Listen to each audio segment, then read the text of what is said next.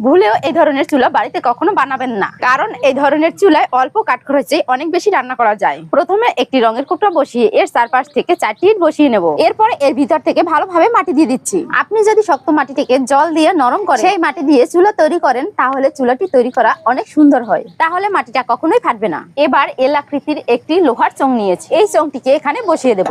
আবার এর উপর থেকে 2টি ইট বসিয়ে এর চারপাশ থেকে আবার মাটি দিয়ে দেব। এবার এখান থেকে একটি বোতল বসিয়ে দিয়ে তার উপর থেকে আবারও মাটি দিয়ে দেব। তারপরে এটাকে ভালোভাবে হাত দিয়ে সমান করে দিন। তারপরে এটাকে যদি শুকিয়ে নিতে পারেন তাহলে খুব ভালো হয়। এবার কৌটাটির চারপাশ থেকে চ্যাপ্টা করে মাটি দিয়ে দেব। আর ভিডিওটি কোথা থেকে দেখছেন অবশ্যই কমেন্ট করে বলবেন। সমান করা হয়ে গেলে এরপরে রঙের কৌটাটি তুলে ফেলবো।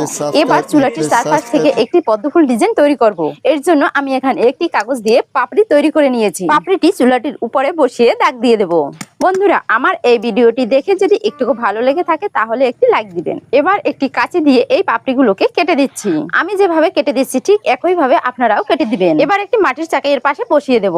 এরপরে সুন্দর করে লিপে দিতে হবে। তারপরে একটি কুলিং ফ্যান নিয়ে এই চোঙের উপরে বসিয়ে দিতে হবে। বোর্ডটি সেট করে পাশে একটি 12 ভোল্ট ব্যাটারি সেট করে নিন। এবার এই ফ্যানটিকে ব্যাটারির সাথে সংযোগ করে দিতে হবে। এরপরে একটি স্ট্যান্ড বসিয়ে সুইচটিকে অন করে দিন। দেখুন ফ্যানটি চলে উঠেছে।